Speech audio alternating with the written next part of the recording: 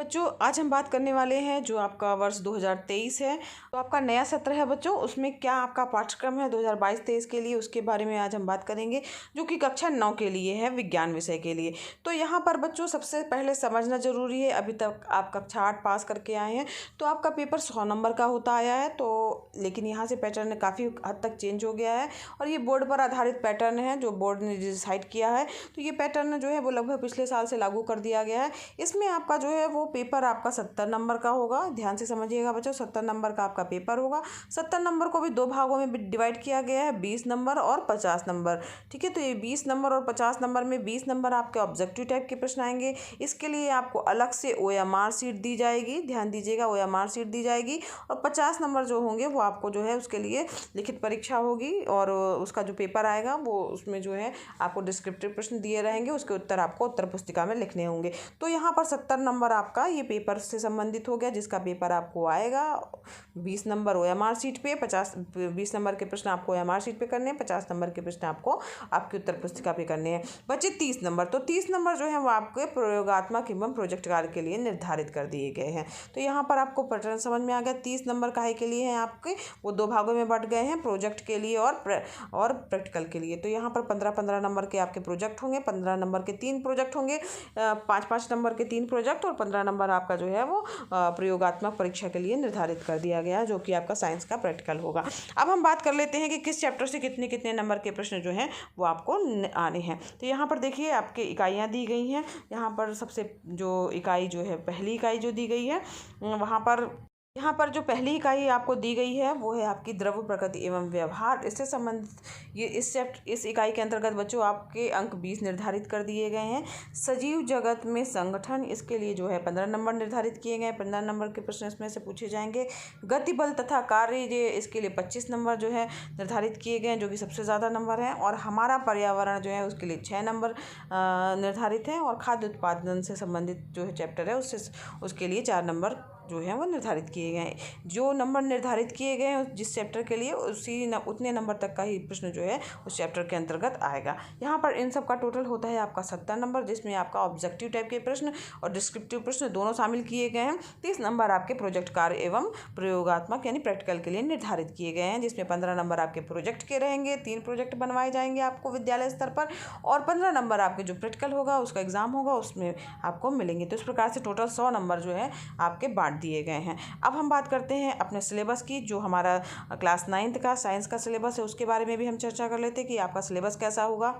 यहाँ पर देखिए पहला जो चैप्टर है इकाई 1, द्रव्य प्रकृति एवं व्यवहार। ठीक है, तो इस चैप्टर में जो है द्रव्य की प्रकृति हो गया, उसके बारे में हम जानेंगे, परमाणु की संरचना जानेंगे, उसके आधार कण की प्रकृति, आधारभूत इकाइयों के बारे में जानेंगे। और इस इकाई के लिए आपको 20 नंबर जो है निर्धारित किए गए हैं। 20 नंबर तक के प्रश्न जो हैं आपके पहली इकाई से आएंगे। अब हम बात करते हैं दूसरी इकाई की। दूसरी इकाई है बच्चों आपकी सजीव जगत में संगठन। तो यहाँ पर देखिए इसमें जो है आपका जो इसके लिए नंबर निर्धारित किए गए हैं वो 15 नंबर हैं। और इसमें क्या क्या चीज़ें हैं, तो यहाँ पर कोशिका के बारे में हम जानेंगे, ऊतक, अंग, अंगतंत्र और जीव, उसके बारे में हम जानेंगे। तो ये जो है इसमें 2 जो है आपके चैप्टर हैं और इसके लिए अंक जो हैं वो 15 अंक निर्धारित कर दिए गए हैं। और साथ ही तीसरा चैप्टर और चौथा चैप्टर, 2 चैप्टर और हैं बच्चों, यानी टोटल 4 चैप्टर हैं इकाई नंबर 2 पे, जिसमें है जीवों में विविधता। ठीक है, तो यहाँ पर वनस्पति और जंतुओं में विविधता, उन सबका वर्गीकरण, उसके बारे में हम पढ़ेंगे। साथ ही स्वास्थ्य एवं रोग से संबंधित जो चैप्टर है उसके बारे में भी हम पढ़ेंगे, जो कि आपका इकाई 2 के अंतर्गत ही आता है। और इसके बाद इकाई 3 जो है वो है आपकी गति बल तथा कार्य से संबंधित। यहाँ पर जो इकाई 3 है आपकी गति बल तथा कार्य से संबंधित है।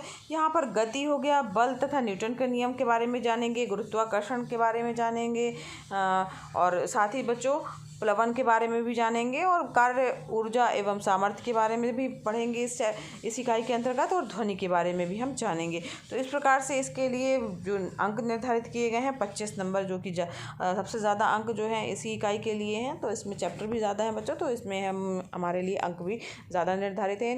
इन सब चैप्टर से जो है सबसे ज़्यादा नंबर का आएगा। और ये है हमारी इकाई 3। अब हम बढ़ते हैं इकाई 4 की ओर। इकाई 4 जो है वो है हमारा पर्यावरण, जिसमें हम प्राकृतिक संसाधनों के बारे में जानेंगे, प्रदूषण वगैरह के बारे में भी जानेंगे, जैव रासायनिक चक्र के बारे में जानेंगे, जिसमें हम जल, ऑक्सीजन, कार्बन एवं नाइट्रोजन के चक्र वगैरह के बारे में जानेंगे। और इसके लिए मैक्सिमम अंक निर्धारित किए गए हैं 6 नंबर। तो इस इकाई से आपका 6 नंबर तक का प्रश्न आएगा। अब यहाँ पर बढ़ते हैं, लास्ट इकाई जो है इकाई नंबर 5 है, जो कि है आपका खाद्य उत्पादन। तो इससे संबंधित हम चीज़ों को पढ़ेंगे और 4 नंबर इसके लिए निर्धारित किए गए हैं। तो इस प्रकार से जो है ये हमारा पूरा सिलेबस हो गया बच्चों, जो कि आपका 70 नंबर का बच्चों सिलेबस था। चैप्टर के अंतर्गत जो है वो 70 नंबर डिवाइड किए गए हैं।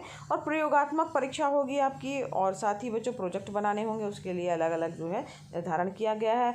प्रयोगात्मक कार्यों की सूची अलग है, उन्हीं में से आपको प्रयोग करने हैं, और उसके लिए 15 नंबर जो है निर्धारित किए गए हैं। फिजिक्स का, केमिस्ट्री का, बायोलॉजी का सभी प्रैक्टिकल होंगे आपको, 5-5 नंबर इनके निर्धारित हैं। यहाँ पर 3 जो प्रयोग होंगे उसके लिए जो है वो 9 अंक दिए गए हैं। यहाँ पर दिख रहे होंगे बच्चों आपको, जो 3 प्रयोग होंगे उसमें 9 अंक दिए गए हैं। मौखिक कार्यों के लिए जो है वो 3 अंक हैं आपके, और साथ ही सत्रीय कार्यों के लिए 3 अंक हैं। इस प्रकार से टोटल 15 नंबर जो हैं वो आपके प्रयोगात्मक परीक्षा के लिए है, जो आपकी प्रैक्टिकल एग्जाम होंगे उसके लिए हैं। और साथ ही जो 15 नंबर हैं वो आपके जो हैं वो प्रोजेक्ट के लिए निर्धारित किए गए हैं।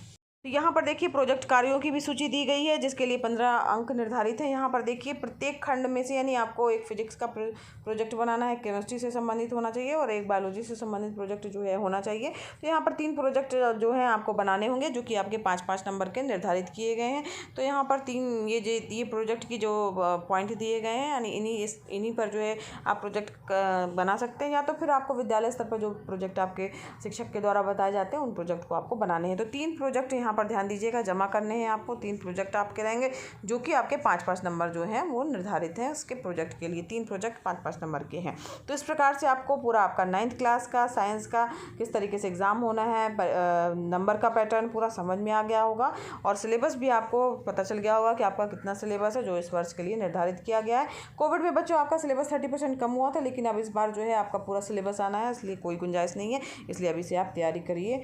और अगर बच्चों ये वीडियो आपके लिए हेल्पफुल लगा हो, आपको समझ में आया हो, तो वीडियो को जरूर लाइक कीजिएगा, और साथ ही बच्चों बेल आइकन प्रेस कीजिएगा, ताकि आपको जो भी वीडियो आए उसका नोटिफिकेशन